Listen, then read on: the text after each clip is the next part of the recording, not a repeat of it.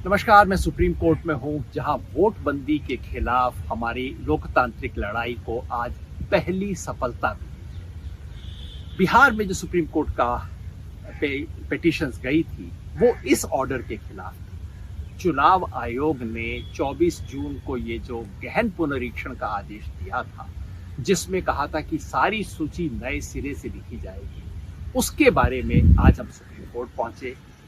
Association for democratic reform और PUCL जैसी नागरिक संस्थाएं पहुंची, मुझ जैसे नागरिक भी पहुंचे और तमाम पॉलिटिकल पार्टियां पहुंची, इस उम्मीद में कि हमें उन सवालों का जवाब मिलेगा जो पिछले 3 हफ्ते से हम पूछ रहे हैं और चुनाव आयोग दे नहीं रहा है। चुनाव आयोग की तरफ से बीजेपी वाले बोल रहे हैं, और दूसरा कि इस प्रक्रिया पर किसी तरह की नकेल लगेगी। और दोनों ही चीजों में आज हमें सफलता प्राप्त हुई। 4 घंटे तक हियरिंग चली। जस्टिस धूलिया और जस्टिस बागची की बेंच थी, जिसने बहुत तसल्ली से सुना और वो सब सवाल पूछे जो हम पूछना चाहते थे। बेंच ने पूछा, यानी कि जज साहिबान ने पूछा बाद में, कि आप अगर इतनी बड़ी एक्सरसाइज कर रहे हो तो ये बताइए, इसको बिहार चुनाव से जोड़ने की क्या जरूरत है? आप अलग से कर लीजिए। इतने महीनों के अंदर आप कैसे प्रक्रिया को पूरा कर पाएंगे? जस्टिस बागची ने पूछा कि अगर एक भी वोटर रहता है तो आपको उसको पूरी सुनवाई करनी पड़ेगी, लाखों लोगों के साथ आप कैसे कर पाएंगे ये? जजेस ने सवाल भी बार बार पूछा चुनाव आयोग से कि भाई, जब आधार कार्ड आप खुद मान्य करते हो, आपके अपने नियमों में आधार कार्ड का जिक्र है, तो आप आधार कार्ड को अब अमान्य कैसे कर सकते हो? ये एपिक कार्ड तो आपने खुद दिया हुआ है, और राशन कार्ड भी लोगों के पास है, इन सबको आप अमान्य कैसे कर सकते हो? जजेस ने ये पूछा कि सिटीजनशिप तय करना आपका कब से काम हो गया?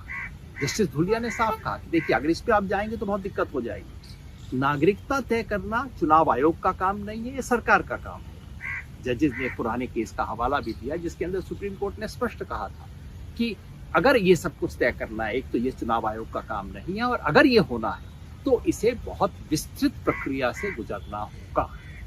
तो ये तो सारा डिस्कशन था। ऑर्डर में 3 बड़ी बात हो। पहला, सुप्रीम कोर्ट का ऑर्डर, ये पहला ऑर्डर है, और पहले ऑर्डर में हमेशा सब चीजों पे फैसला नहीं होता। जस्टिस धूलिया ने स्पष्ट किया कि देखिए, आज हम अंतिम फैसला इस पे नहीं देंगे, इसकी उम्मीद भी नहीं, और किसी ने ये कहा भी नहीं था कि बीच रास्ते में एसआईआर की एक्सरसाइज को आज रोक दिया जाए। वो स्टे की हमने मांग ही नहीं की थी। पहली बात, ऑर्डर में कहा गया है कि ये लोकतंत्र का सबसे बड़ा सवाल है। राइट टू वोट लोगों को है कि नहीं, उसका सवाल है। बार बार हम यही कह रहे हैं कि साहब, ये तो राइट टू वोट का सवाल है। यूनिवर्सल एडल्ट फ्रेंचाइज पे प्रश्न चिन्ह है। सुप्रीम कोर्ट ने इस बात का संज्ञान लिया। दूसरी बात, सुप्रीम कोर्ट ने फैसला किया कि अगला कदम उठाने से पहले उन्हें सुप्रीम कोर्ट के पास वापस आना पड़ेगा। चुनाव आयोग की तरफ से कहा गया कि साहब, अभी आप मत रोकिए। कोर्ट ने कहा बाद में रोक दें तो ठीक है ना।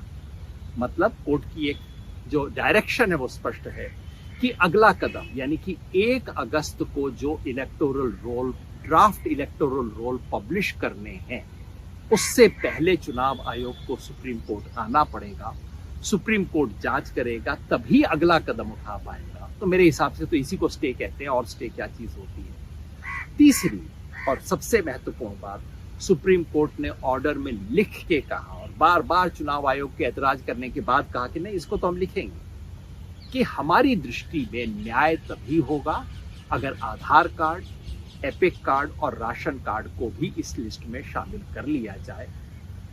सुझाव के तौर पे लिखा, जैसा सुप्रीम कोर्ट की भाषा होती है, शराफत की भाषा होती है, कि भैया शराफत से बोल रहे हैं, मान जाओ, नहीं तो ऑर्डर पास करना पड़ेगा। बिल्कुल स्पष्ट मुद्रा थी कोर्ट। इसलिए मैं समझता हूं कि आज इस संघर्ष को पहली सफलता मिली है।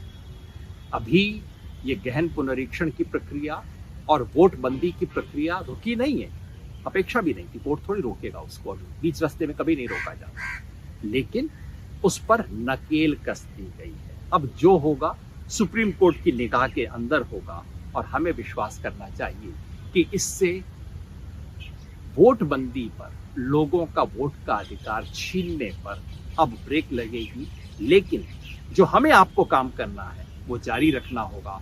सड़क पर सच्चाई को लाने की कोशिश हमें जारी रखनी होगी। चुनाव आयोग कहता है कि हमने तो 99% बिहार के लोगों में घर जाके एन्यूमरेशन फॉर्म दे दिए हैं। तो ये वीडियो सुनने के बाद आप बिहार में अपना जो भी रिश्तेदार है 5 रिश्तेदारों के घर फोन कर लेना, पूछना उनके घर आगे आया या नहीं। और अगर एक भी कहता है कि नहीं आया, इसका मतलब इलेक्शन कमीशन झूठ बोल रहा है। इलेक्शन कमीशन ये भी दावा कर रहा है कि 57% लोगों ने तो फॉर्म भर के भी दे दिया है। हमने सर्वे किया तो पता लगा 40% लोगों के घर में अभी फॉर्म पहुंचा ही है। कुछ गड़बड़ हो रही है, इस पे निगाह रखनी होगी, सच को सामने लाना होगा, सड़क की, संसद की और संविधान की लड़ाई को जोड़ना होगा। शुक्रिया।